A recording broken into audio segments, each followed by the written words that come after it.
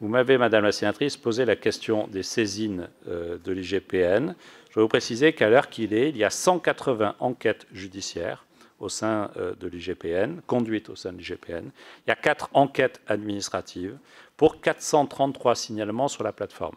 Je précise que ces enquêtes judiciaires et administratives vont de l'insulte alléguée à des blessures graves.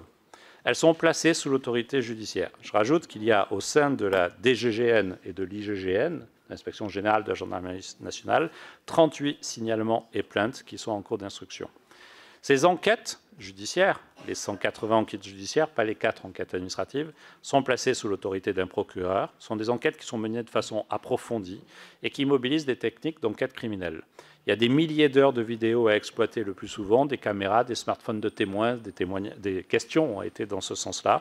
Il y a de la balistique, et cela se faisant sous l'autorité judiciaire, ça implique un calendrier différent de celui auquel nous espérerions tous que nous puissions avancer. Mais s'agissant de préparer des sanctions, parce que s'il y a faute, il y aura sanction, il est normal que sous l'autorité d'un magistrat, nous prenions tout le temps nécessaire pour cela. Il ne s'agit pas de cacher quoi que ce soit, et nous rendrons publiques les décisions, et chaque fois qu'il y aura sanction, nous rendrons publiques ces décisions-là, peut-être sans nommer la personne, mais parce qu'il est normal, dans le contexte que nous connaissons, que nous puissions répondre à tout cela.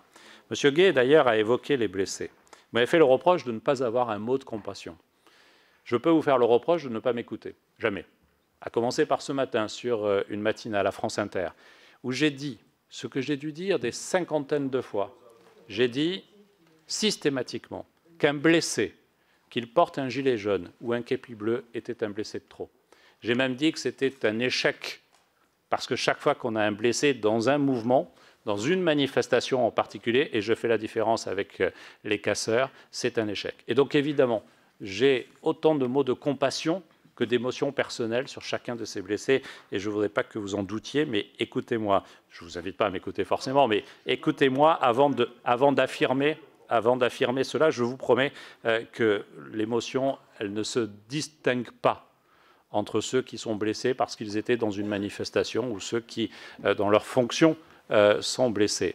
Mais je fais une vraie différence entre ceux qui sont légitimes à utiliser la force, c'est-à-dire les forces de sécurité intérieure qui protègent les Français et nos concitoyens, nos institutions, et je fais une différence face à ceux qui viennent pour casser ou pour détruire.